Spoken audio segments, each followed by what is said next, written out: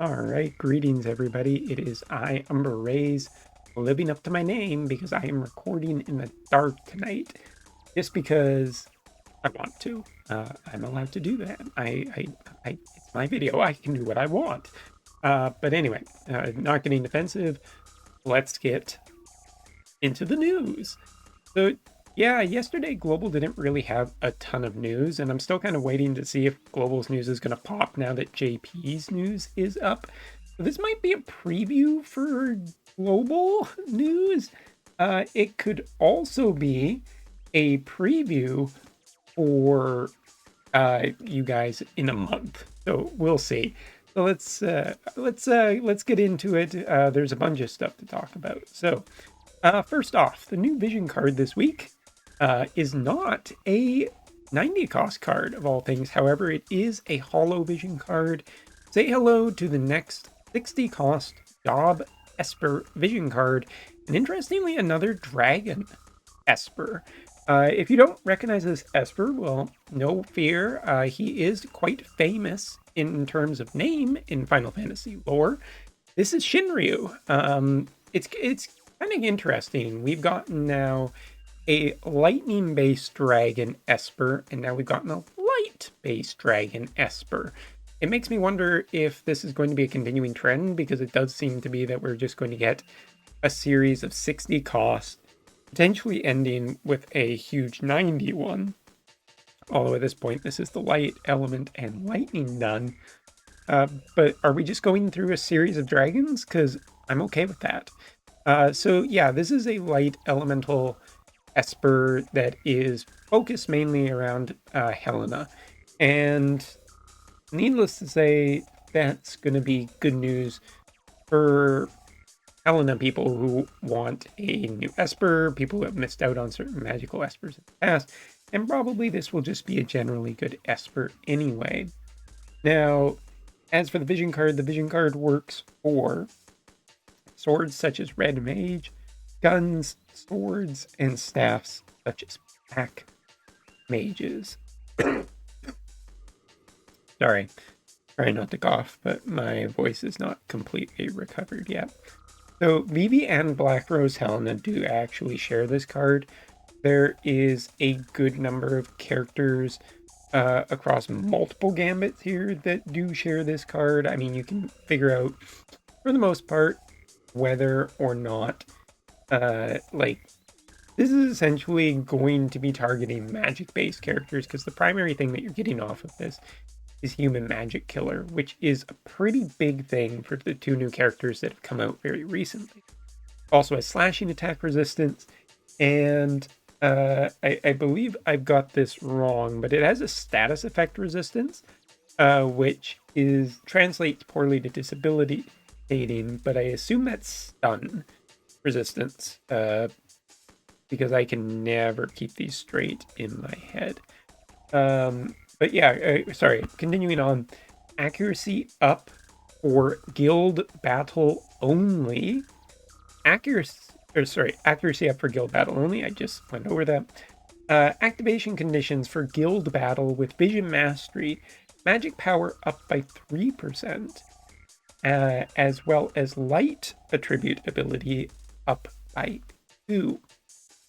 And last but certainly not least, the unit that will have this equipped will get magic power up and accuracy up too. So you're looking at quite an offensive VC with a good amount of slashing resistance, a little bit of status effect resistance, which is pretty new for a VC. Not a lot of VCs have this. And for guild battle, I mean, it is kind of countering against any evasion characters that could be out there, which is not a bad thing to get. Like, overall, this VC is seeming like pretty nice, because we're looking at a brand new Esper. We're looking at a really nice set of stuff across the board. And oh yeah, the Esper too, which has an ability that involves around hate and altering hate down to 0, which, yeah, that's kind of interesting. By the time this ability would ever become active. Usually it's just, and I just want to double check this. But like by the time an Esper comes active, it's probably not going to be super relevant, but you never know. If like a hate generation ability is just partially good. I mean, I can see places where Shinryu would just generally still be strong anyway. I'm gonna have my eyes very closely on this vision card, and just because, you know, it is a dragon, I want it to be really good. Next up, Win Veritas. It's finally here, the week of the first Veritas. Win Veritas will be coming to the game. He is classified as a 100 cost wind elemental character with a brand new main job. His main job is actually entirely new. It's not a repeat of anyone else, as far as we know at this point. We'll talk about this in a second. His secondary job, Paladin and Pugilist, round out his job selection. Last but not least, or certainly not last but not least, he does it in the ability show off or display, showcase, whatever. There's no limit burst. And this is curious because these are pretty huge units to fully design and get into the game and everything like that. I am surprised that they don't have limit burst, considered how much people have been waiting for them. And I'm probably thinking that this might be an upgrade scenario later. I do think that it's very, very possible that we see the Veritas units come out without their limit bursts, and then later on the upgrades for them will be limit bursts. But either way, let's talk about this character, because it's not looking like he's going to be any kind of a slouch for Wind, and specifically for what Wind's gotten recently. So the Dan users are going to be happy because Paladin means that he probably has Immortal Spirit, which means that he is very, very capable of surviving fatal damage, and Zidane protects that, so that's great. Flag Glassy is going to love this character because it's just another spear damager, and that's really scary. But his primary ability here is a AoE defense shred, which is really important for both Zidane and Flag Glassy, up their damaging capabilities.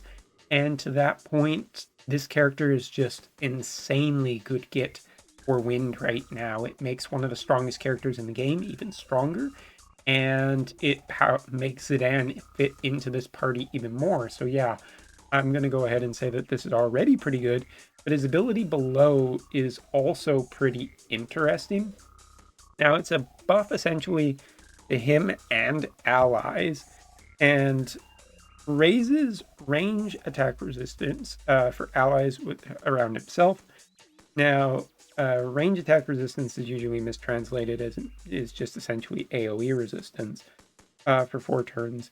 Also grants human killers when physically attacked. I'm not sure if that's 100% accurate, but basically he can give himself, either if he gets hit or if he hits someone else, he gets human killer on his attacks, which is just strong overall. And then he also gets a barrier that reduces damage to himself 3 times, which is pretty good. It keeps him alive and allows him to activate his ability if it is the original way I translated it, which is basically he gets human killer for being hit, which, sure, you hit him, he's going to hit you back even harder. Now, this is not a full kit preview. We're not seeing everything here, but given that it's a new main job, I'm very curious to see where the power level of this character is, because it seems like he'll be already pretty strong, but where he exactly ends up. His own AP acquisition is up by 30%, and he has defense penetration of 20 from his master ability. So I think there's enough here to be relatively interested that this could be an interesting character to bring into PvP even. So yeah, as for getting the character, not too much light is shined on this yet. Basically what we know is you have to get medals and complete some challenge boards, but whether there's any restrictions on these or what, just wait for tomorrow when it's actually out so we can get the full details 100%. But medals will be exchanged. Medals will be exchanged in a shop for the mats to awaken him. There, I got there. Speaking of awakening, next up is the trials. The wave battles are getting extended, as a matter of fact. So the first one, the Blood Sword and the Genji Glove, will be getting enhanced essentially, so you can get the +1 of each of these if you are good enough, which is very, very curious to see how they have changed this going forward. It also makes mention of a third party, which before now you could only bring 2 parties. So again, interested to see how this works and whether or not they were decided to make this easier or harder, or if they're just giving you 3 parties because now there's 5 more waves. But yeah, the Blood Sword and the Genji Glove are 2 insanely great pieces of equipment, and I can only imagine how good the +1 versions will be by the end of this. Also should be noted that Veritas medals can also be gotten from here.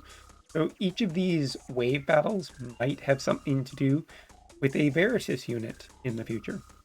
Next up, some limit bursts are getting improved, such as Luartha, Original Glassy, and Oberon. We'll see if any of them are really worth talking about, but for now, I'm not super excited, so moving on. More limit burst things can be gotten from this quest. Hooray! FF9 will have its box event this week. We've already talked about the bonuses that each of the characters will get and the characters that are on bonus, so we'll just wait and see how that is when it comes out, and looking like Vivi and Zidane will be just fine by the end of it. Continuing on, we do have a little bit more. Here is some bonuses, some logins and stuff, just so you can see, and halftime barracks returns, which is pretty nice for us. All right, continuing on, Holo VC, we are going to get a little bit of banner news.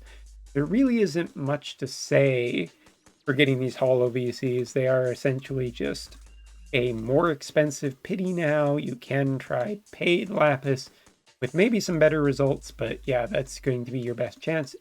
And there's also some more anniversary stuff if you're looking to spend paid Lapis, but this is like the down week after the main week where everything just seems generally worse. That's kind of the way it seems, unless there's something specific they are targeting. And it looks like there is going to be some kind of free pull. I think this is getting close to the end of anniversary time. So here we're going to get this. And yeah, looks like you will be able to use some paid Lapis, do maybe a bit more. Oh, this, I think I know what this is. Actually, I think I know what this is. Boy, oh boy. Really, are they going to do that again? I'm just bringing this up on other quick. Totally not giving my voice a break.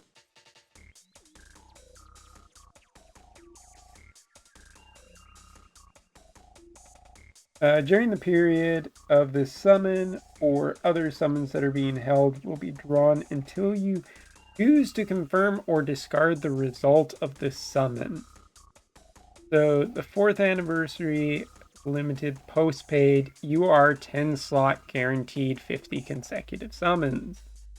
So yeah, this is what they call a deferred summon. So after checking the results, you can obtain the result by consuming 2,000 paid resources, which honestly, my general feeling about this is just no, the red button discards, the blue one puts on hold. You do need to decide before you do anything else on the summon screen though, so just keep that in mind. And confirm means that you'll pay 2,000 Lapis. I mean, it's kind of interesting, these, because it does give you at least a preview of what you get before you spend, but at the same time, it's not like you're getting rerolls, it's not like you're getting too terribly much, so I myself will personally. Well, I might do it just for funsies. Anyway, so there you go. Busy week this week on JP for sure. I'm sure that plenty of people, including myself, will be incredibly interested in Shinryu, just because Dragon. Uh, but also Wind Veritas is, I think, is just going to be a ton of fun by the looks of it, and I feel the wind pushing me. Gotta be some Dragon's Dogma fans in the watching. Thanks for watching. See you later.